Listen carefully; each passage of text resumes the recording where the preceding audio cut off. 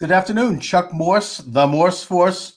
My guest scheduled for this segment, Richard Story, is being, let's just say he's indisposed, as they used to say. Can't make it right now, so I'll have to reschedule with him for sometime next week. I'm doing the program now. I'm trying to do it as much as possible, Monday through Friday at 12 noon here live at Facebook. The program then is archived on YouTube, iHeartRadio, iTunes, Spotify, Stitcher, and TuneIn, among other subscribers, plus all of the Morse Force blog sites. You're welcome to call in. What is on your mind this afternoon? 617-396-4830. I am actually in a position now where I can actually take calls. It's very exciting to me. That's what this is exactly what I've wanted to do as a radio host, have a live interaction with people right off the street, expressing their opinions, being heard. What is on your mind this afternoon? My guest, Richard Story, wrote an article called Modern Statism as Western Gnosticism, Part 1. It's part of this Artcos publication, which I think is an Orthodox Catholic publication. Makes very interesting points about the development of the modern superstate, the hyper-nationalist state that has caused so much human suffering, actually, and world war. Thank you. I'm getting messages here. Call in. You're welcome to join me. 617-396-4830. I'm doing an open lines program. 617-396-4830. And it's my contention that it goes through the history of this in modern times, the Gnostic movement, which was a Christian heresy of the early church, then into the Albigensian heresy, the Hussites of Bohemia, finally the Protestant Reformation and the Anabaptists, and right on through to the breakaway of England and Britain from the Roman Catholic Church, and some of the hyper-nationalist ideas that are found there. Martin Luther is cited as one of the founders of the hyper-nationalist state. And of course, I interviewed E. Michael Jones a while back, the revolutionary history of the Jewish, what do we call it? The Jewish revolutionary history, which, by the way, is an excellent book. But leave the number in the chat room. I wish I knew how. 617. Send me a note about that. I mean, I am, when it comes to the internet, I'm like, I'm a knuckle dragger. So 617-396-4830, 617-396-4830. And Michael Jones's thesis, which is a traditional Catholic thesis, is that the Jewish religion is the cause of this hyper-nationalism and the emergence of the hyper-nationalist state, because it's a revolutionary movement. Why are we revolutionary? Because we did not accept the divinity of Jesus back in the day when Jesus was amongst us. And I think that it's always been particularly appalling to Christians that Jews did not accept Jesus as the Messiah, because Jesus himself was a Jew, as were all of the people around him, his disciples. I mean, the whole affair was a Jewish affair, basically. So, there was a parting of the ways at that time between the two religions. And there was some bitterness expressed. Michael tries to say that the Talmud had some anti-Christian comments in it, some remarks that are derogatory toward Jesus. I actually take issue with that. I think that there have been some of that in Jewish books that are not Talmud, that are just simply books like Toledot Jeshu, which has a very uncomplimentary, unfortunately, depiction of Jesus, and I think that's wrong. I condemn that. But it's not mainstream Judaism. It's not the Talmud. I would argue anyone who wants to call in on that. And at the same time, based upon my reading of Michael Jones's book, there were some rather anti-Jewish comments in the New Testament, and quite frankly, anti-Semitic comments in the New Testament. Now, people might be mad at me for saying that, but the way I define anti-Semitism is the same way that E. Michael Jones defines anti-Semitism. He says that Christianity is anti-Jewish, and that he considers himself to be anti-Jewish, maybe in the same way that I would be an anti-communist, or someone else might be anti-Nazi or anti-whatever, in that you're rejecting a body of ideas. You're rejecting a belief system. And I respect that, even if I think that his anti-Jewishness is misplaced, because his assertions about Judaism are, I would argue, incorrect. But there's a difference between that and anti-Semitism, which is racist. In other words, that it looks upon the Jewish people as a race that have predetermined attributes that are negative, and that this can be brought out, and they can't change that unless they go through a process, I suppose, of conversion. Then maybe they have a hope to change it. And it's wrong. And I also would point out that I've discovered that the New Testament does have a couple of little pieces in it that are anti-Semitic. That doesn't mean that those chapters, those verses, those passages can't be interpreted in a way that's not anti-Semitic. I think they can be. I think they should be. In fact, I would hope that they would be. But nevertheless, they are anti-Semitic, and I'll point to just two, and we'll move on to another subject. The first one is in the book of Matthew, when at the time of Jesus' crucifixion, when the rabbis at that time, or the Jewish leadership, if you will, in Jerusalem, turned Jesus over to the Romans and advocated that he be crucified. And there's no question that happened. I think that's historic. The crowd that gathered around Jesus in this wild scene where he is being crucified along with two criminals was chanting, that Jesus's blood will be on their heads and on those of every generation, that they were accepting responsibility for this.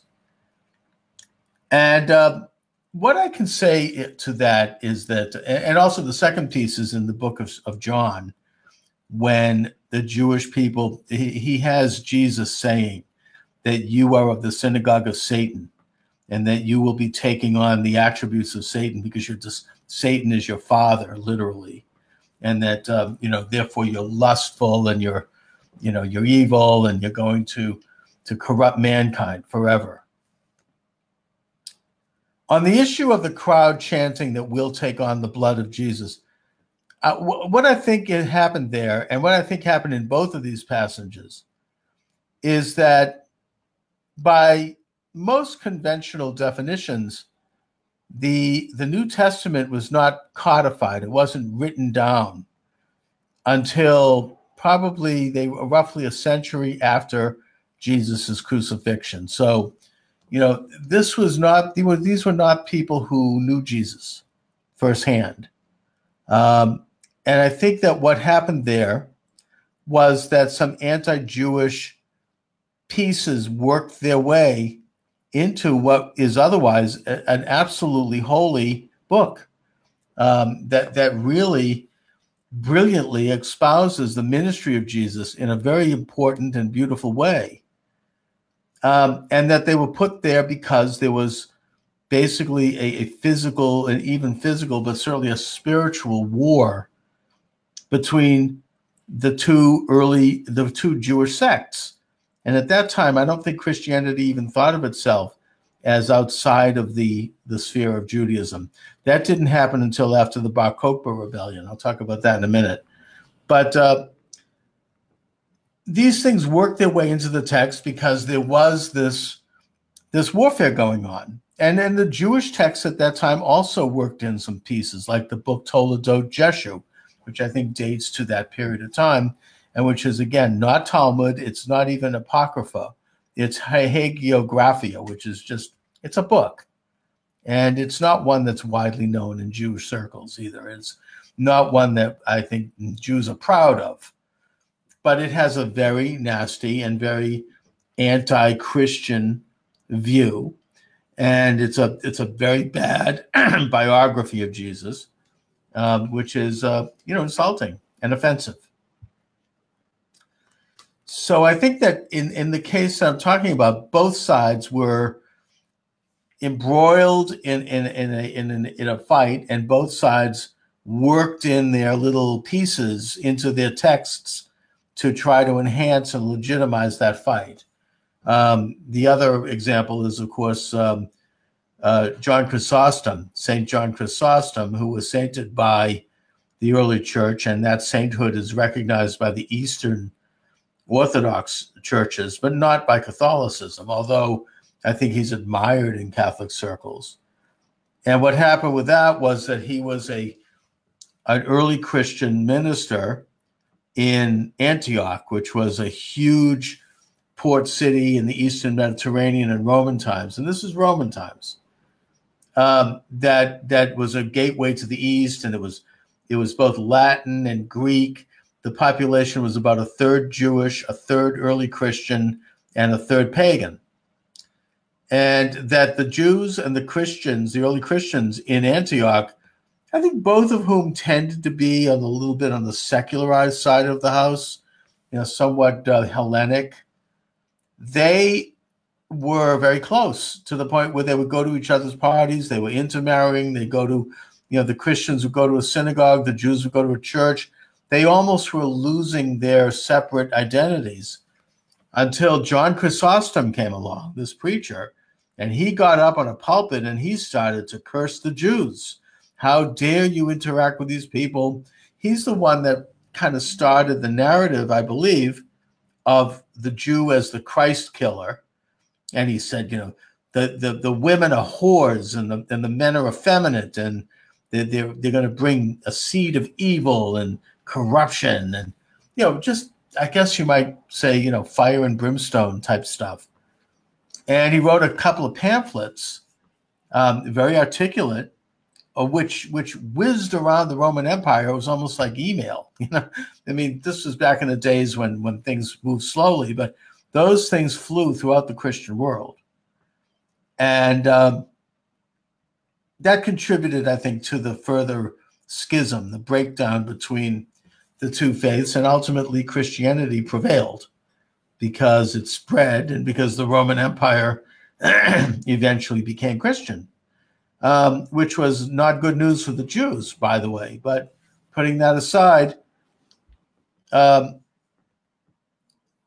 Michael Jones's thesis is that because the early Jews did not accept Jesus, and because they recommended him for crucifixion, which is particularly galling to Christians, I understand that, they are revolutionary, they're subversive, they are rejecting, what's right. And on that point, I disagree, because I think that Judaism is a covenantal faith, recognized by Jesus himself, by the way, in several passages of the New Testament, the book of Acts, the book of Matthew, where Jesus says that the Jewish people, the children of Israel, the Judeans, as they call them, have a covenant, an eternal covenant with God that shall never change. He referred to it in the book of Acts as forever, and forever means forever. So this was understood as well, and I think that the covenantal relationship goes all the way back to Moses at Sinai, and it continues to this day. The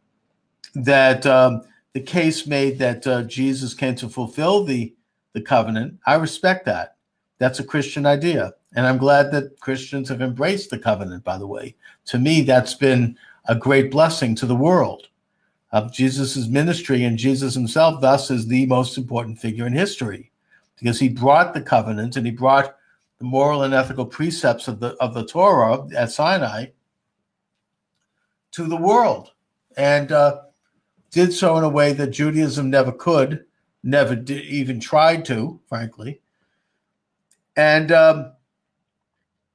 thus the covenant is extended, but I would argue that the covenant between Jews remains. We have a purpose. There's a reason that God has kept us separate.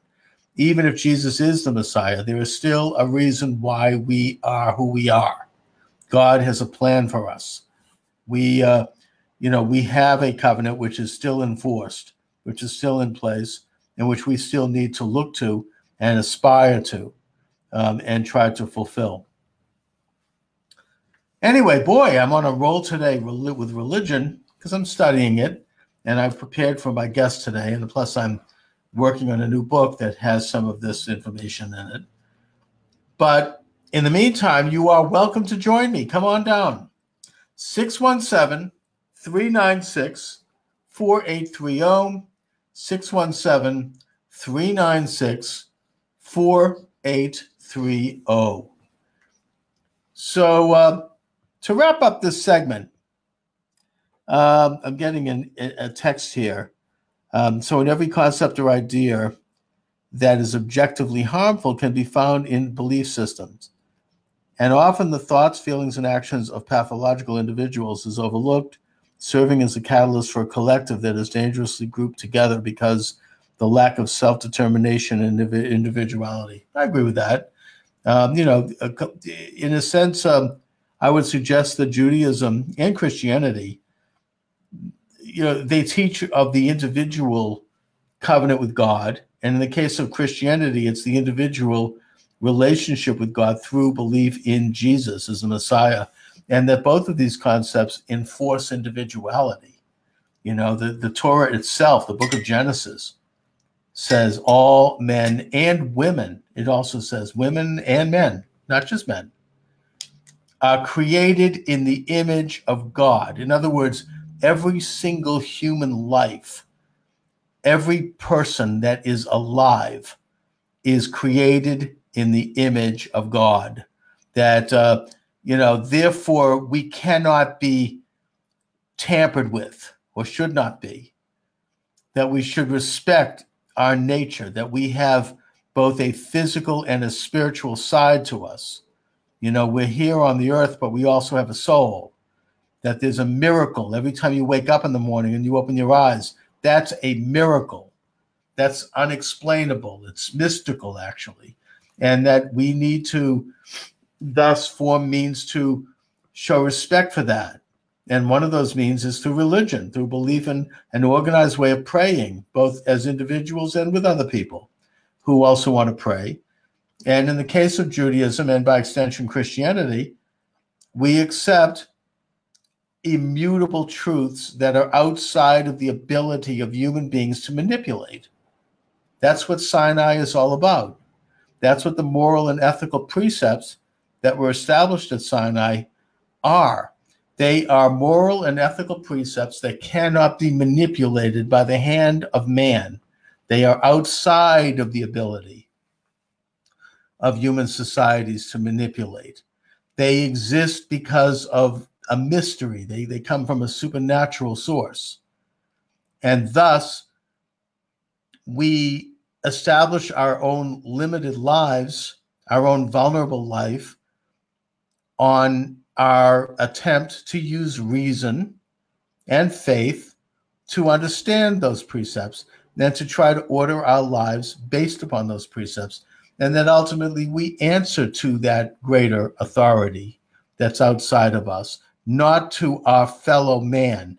And the whole, frankly, the heresy that Michael Jones incorrectly attributes to Judaism, but actually is, frankly, communism, which is a political faith that goes back to the beginning of time, is a turning of your back on God and of your belief that the human being can reorder nature, that the human being can be both a Messiah and a part of a messianic movement.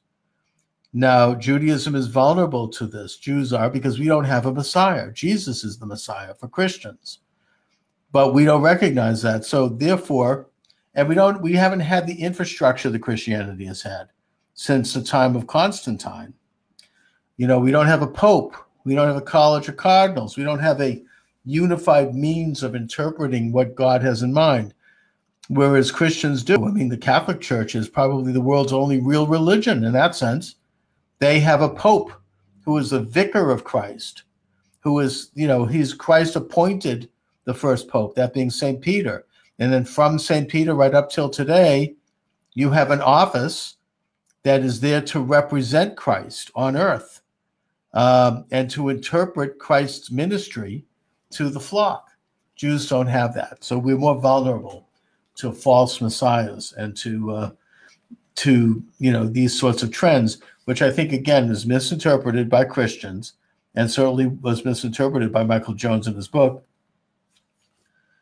as being that we're worshiping man. We're not. We worship the one true God, the King of the universe, the lawgiver, the creator of the world. And that we pray that the Messiah comes. But the Messiah, in Jewish understanding, it's kind of a hybrid between the Christian understanding, which is that the Messiah came spiritually to offer man salvation, and the Muslim idea, or the Mahdi, which is that the Messiah is a political and military leader who conquers the world and creates a one-world government known as Dar al-Islam, where then, after going to war against the Antichrist, and then that eventually ushers in a day of judgment where all evil is eradicated. The Jewish idea is somewhat in the middle of that. The belief that in Messiah is that the Messiah will be a man or a woman, perhaps, probably a man, who will have achieved a certain level of spirituality and who will affect the political independence of that tiny little swath of land that we call Israel. And by the way, Israel today, the state of Israel, exists in very close proximity to the Holy Land that God called Abraham to go to, and Isaac and Jacob, and that Moses was commanded, and Joshua took the Battle of Jericho, and all the way through. The borders are very clearly delineated in the book of Deuteronomy and again in the book of Judges. South at Beersheba to the north at Dan. From the east, from the Jordan River, to the west, the Great Sea, or the Mediterranean Sea. And in fact, the tribes each receive borders that are very clearly delineated. So that's exactly where Israel is today. Dan is it's an archaeological site that exists right up at the very northern tip of the state of Israel. Beersheba is still there. It's one of the oldest cities in the world, and it's at the beginning of the Negev, which is the Hebrew word for desert. And then, of course, you've got the Jordan River over to the Great Sea. The only area that Israel today is, I suppose you could say, occupying, because it is not technically a part of the Holy Land, would be the desert, the small swath of desert that goes south of Beersheba down to the Gulf of Eilat and the town of Eilat. And it's just a little desert slice. It just was added to the Palestine Mandate. And, we're talking about an area about the same size as Greater Boston. It's not, so yeah. But other than that, Israel is exactly in the parameters that God commands the Judeans to create sovereignty in. So religious Jews believe that this is the advent of the coming of a Messiah who will then eventually build the temple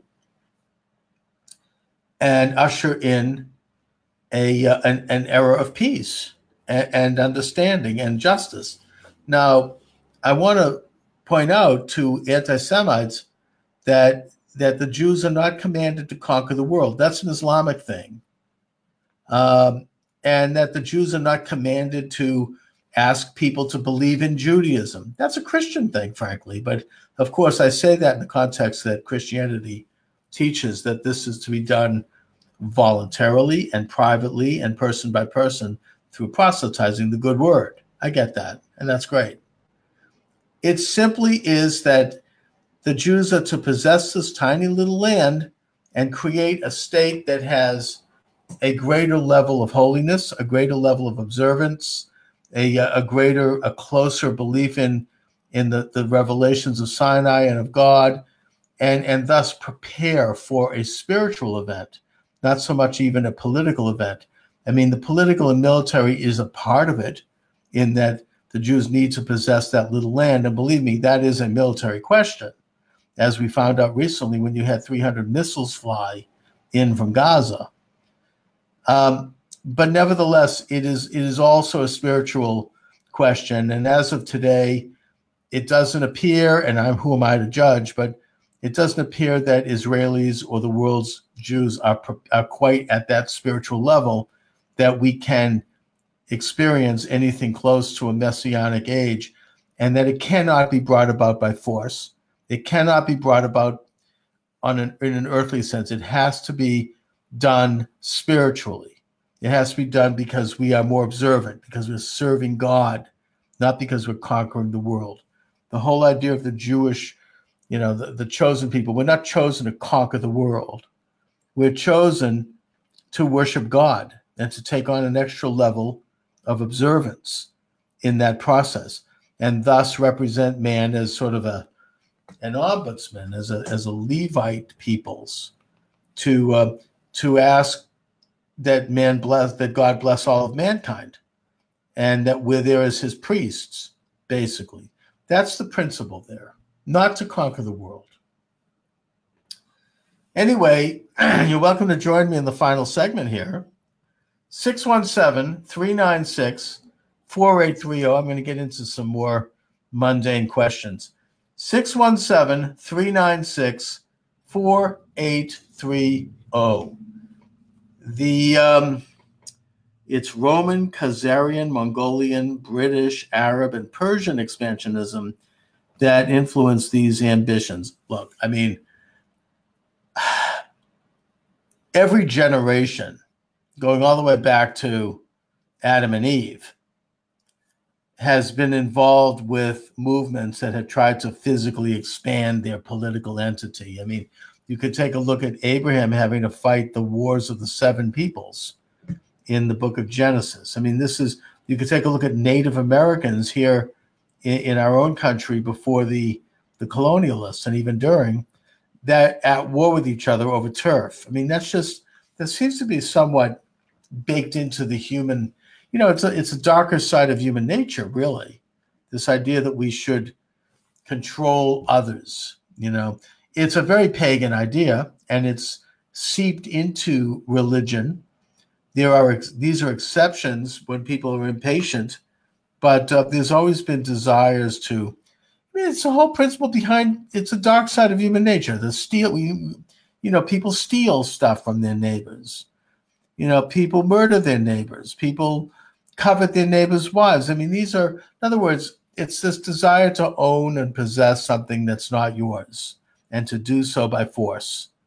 That drives nations to conquer their neighbors, and to resort to now that doesn't mean that sometimes there might be conflicting interests that could result in violence, and if it does, it's best to try to contain it and keep it local. So it's like a fist fight in a bar room. I mean, you don't want it to spill out into the street and result in the whole city going into a riot. You try to contain it, you try to limit it, and then you try to resolve it as best as possible. These are, conflicts happen. I mean, that's part of human nature. People steal stuff. It's part of human nature. I'm sitting here in my dining room at my home. My car is outside. It has a lock on the door. Why? Because I realize that it's part of human nature that someone might come and try to steal it. So we prepare. And the level of our preparation should be, and hopefully is, consonant with the level of the threat. All right, there's some issues with the number. I'm sorry about that. Let's see. I mean, I don't know why it should be working. 617-396-4830 is the number. Let me see if I can do something here to make this work. It says it's enabled, And I apologize if there's a problem. I'm really looking forward to getting this working. It's amazing to me that I can do this. Let's see. Forward calls if I don't answer. No, I want to answer. I'm looking. I'm here talking and studying this thing. I don't know what to tell you. Try again. I'm going to work on this to try to make this thing work. It worked the other day. I got it done. I got a caller, and I'm very excited over the fact that that I can actually do a live program with calls. So it should work. This is a thing here. And let's see. I'm getting my sound levels are up. I mean, everything that should be up looks like it's up. So maybe just give it another try, and I'll continue to experiment with this thing and see if I can get it done. I mean, it's disappointing that a caller is not getting through. All right. There is in the news right now the recount in Florida, and I think that it's interesting that that these recounts or these close elections seem to always result in a victory for the liberal Democrats, which makes me suspicious. I mean, they like to say there's no voter fraud, no voter suppression, and voter suppression is just another form of voter fraud. It means that someone's legitimate vote was suppressed by someone else getting an illegitimate vote. Not in service. Sorry about that. Should be in service. I mean, I don't know what to tell you. I guess it's not. I'll have to contact Skype and go back to the drawing board and see if I can make it happen. I really apologize. It looks to me like it's in service. The webcam is functioning. The microphone is on. I don't know what to tell you. Well, let me just see. Ultimate for incoming calls. I got that on. Additional devices on. Everything. Hello. Welcome to Skype call testing service. After the beep, please record a message. Okay, so yeah, that's working. It should be working.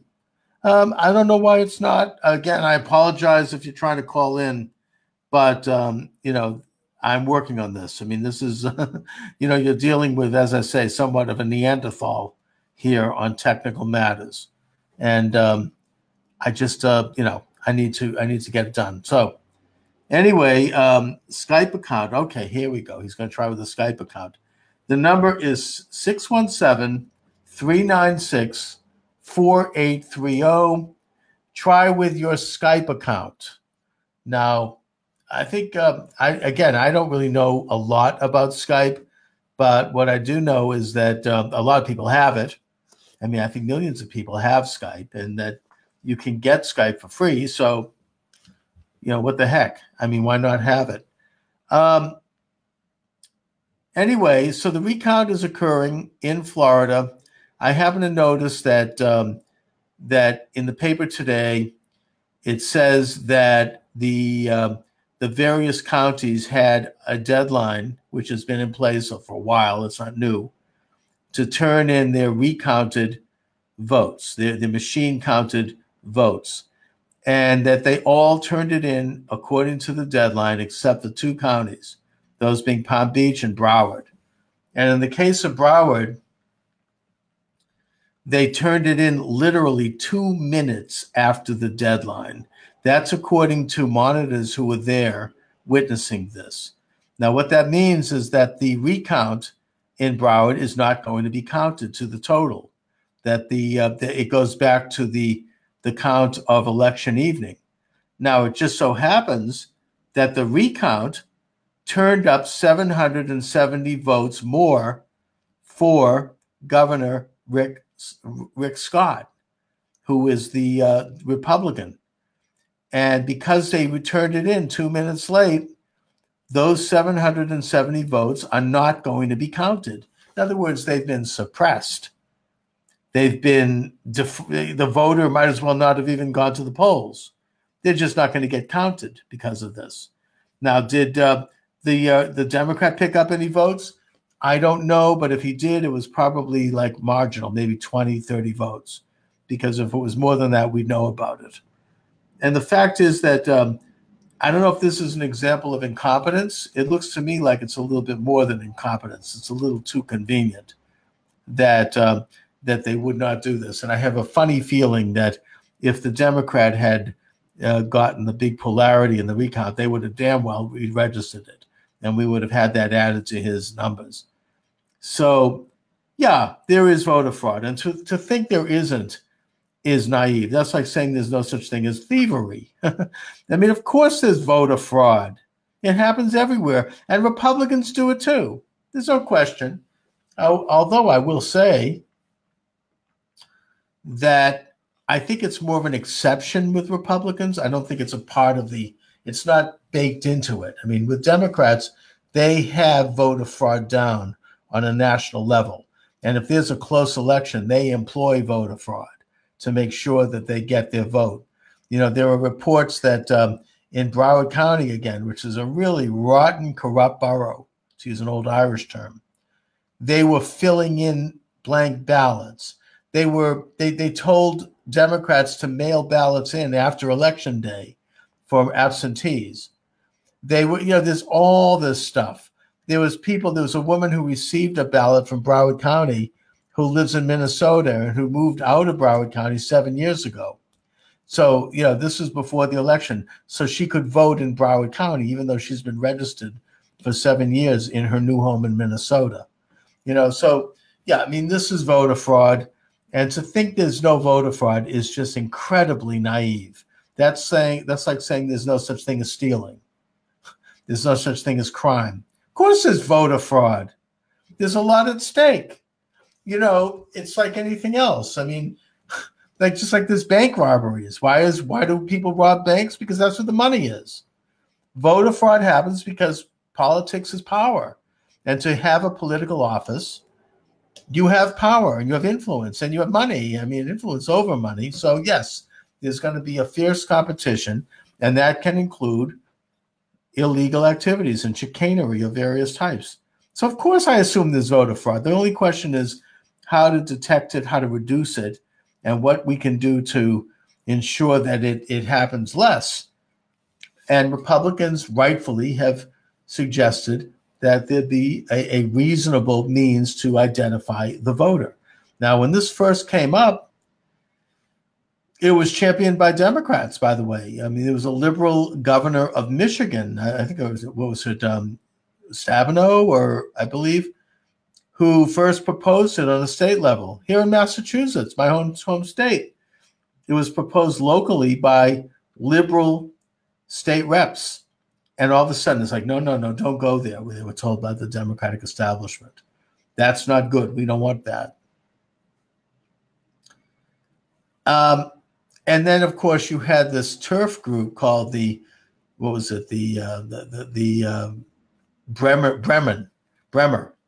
He was a former Supreme Court justice. The Bremer Institute, which was funded by George Soros, and which is a turf organization, come up and make this claim in 2012 that any effort to try to develop a reasonable system of voter identification means you have something against Black people. Why?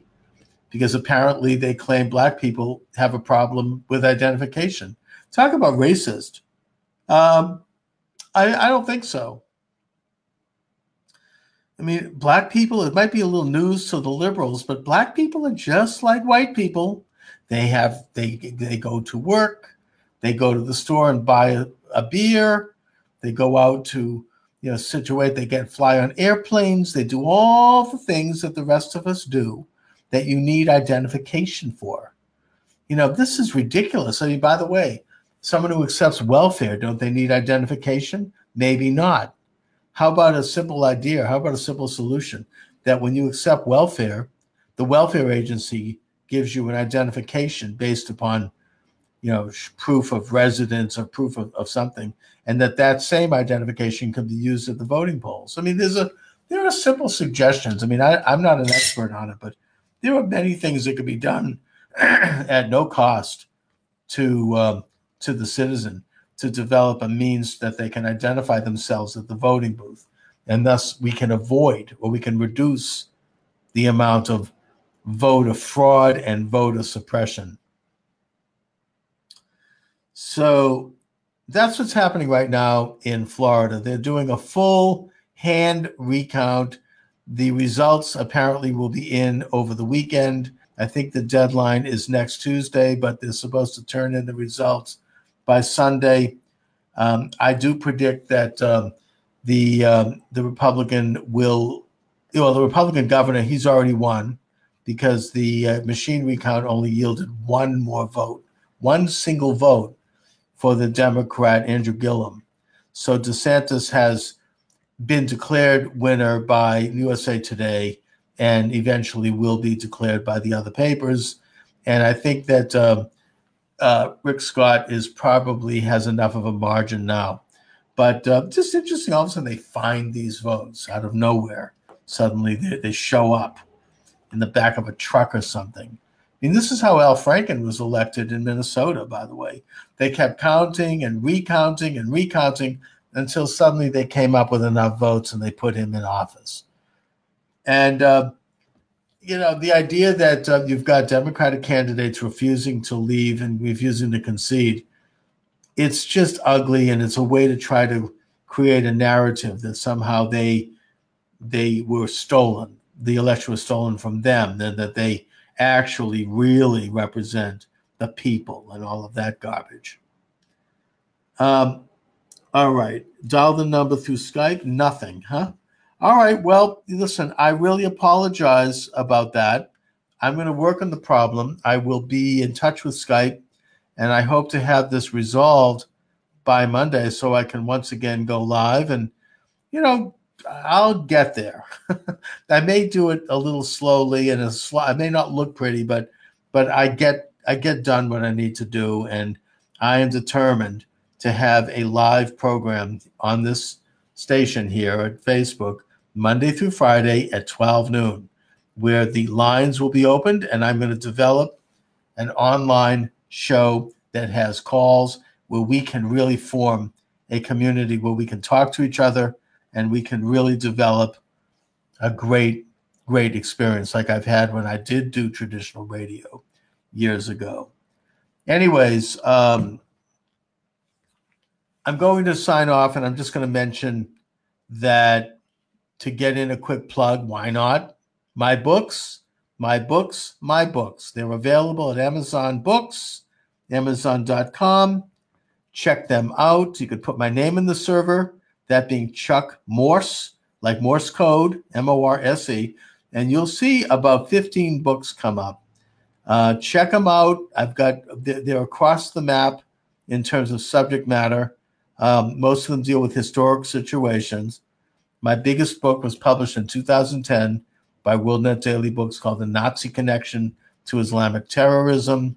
My most recent book, Assassination in America, gets into 32 cases of assassination plots, assassination rumors, with people in prominent positions in our political and cultural life died either directly through an assassin or through an attempted assassination or through questionable circumstances. They just died young. Let's just put it that way. I investigate these cases. I go all the way from Alexander Hamilton right up to the Clinton body count. And I look at the political ramifications of these, why somebody would want to kill these people. And if they were killed, what was the political result? So check it out. It's on Amazon Books, Amazon.com, Chuck Morse, put it in the server, and they'll all come up. Amazon does a very good job of this. They're both softcover and ebook. So I want to thank you for joining me this afternoon. I apologize for the fact that the phone lines did not work today. It's a problem I'm working on. I hope to have it done by Monday. And have a great day, everybody. Take care.